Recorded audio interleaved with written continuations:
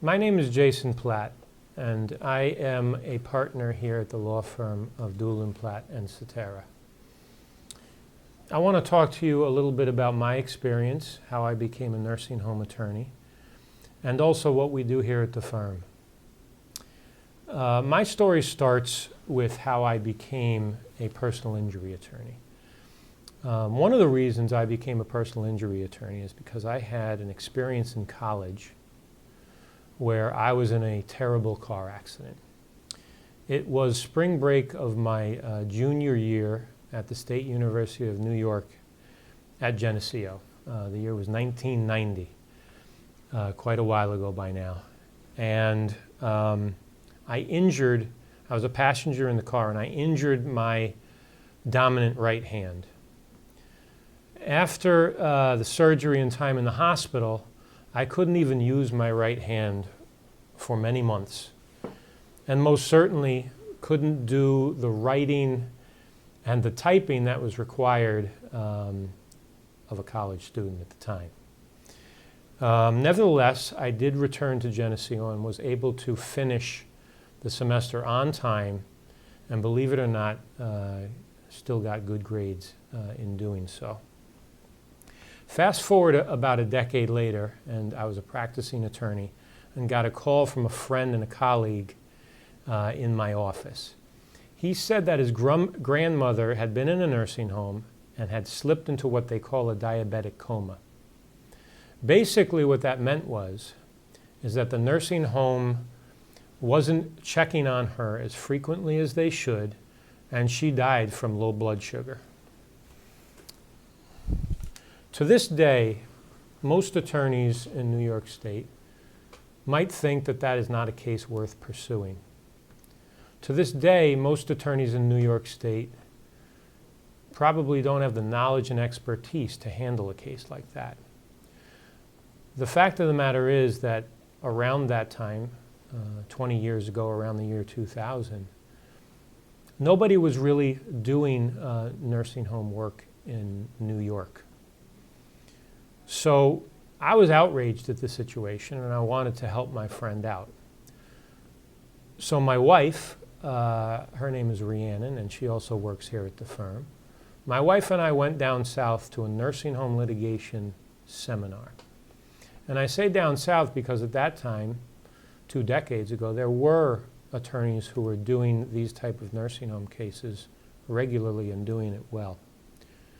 Well, when I went to the seminar, I was really blown away by what they had to say about these type of cases and the people who are victimized by nursing home neglect. It was an eye-opener for me, certainly for the way I practice law, and was kind of, mind-altering in terms of the practice of law.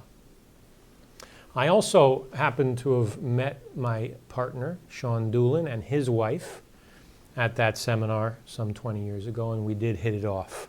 So after handling nursing home cases for more than 20 years, neglect cases, this is the way I see it.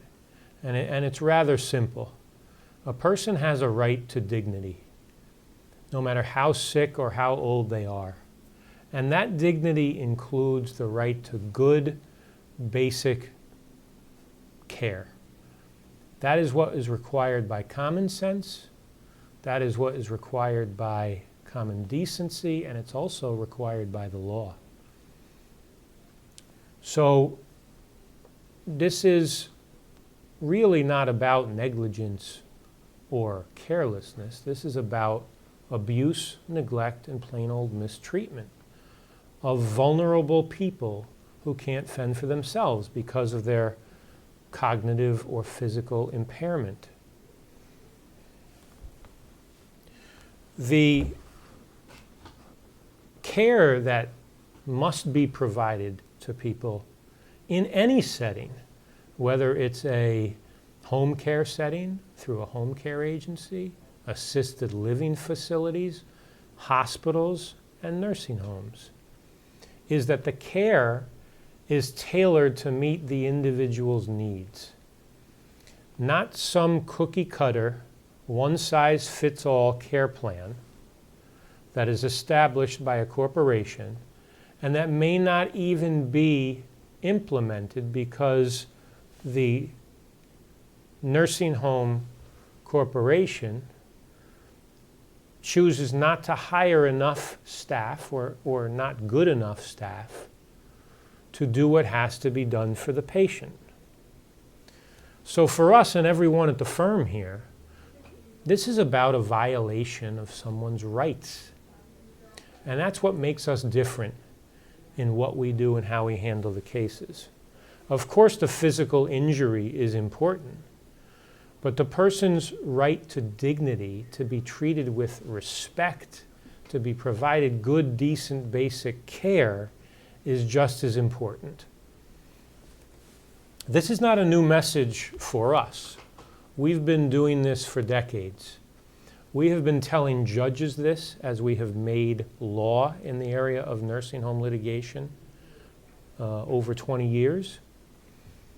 And we have been saying this in the publications that we've made, books and treatises, and in the lectures that we give to other attorneys over the past 2 decades in New York State, trying to teach people and other attorneys how to do these cases.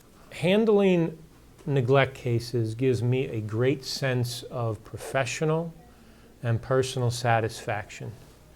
It is what we do here, and we are passionate about it.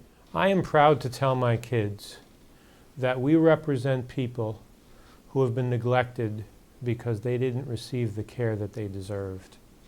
In the work that we do here at Doolin, Platt, and Cetera, we seek to provide compassion and empathy. And we also seek to provide a voice to those who many times could not speak for themselves.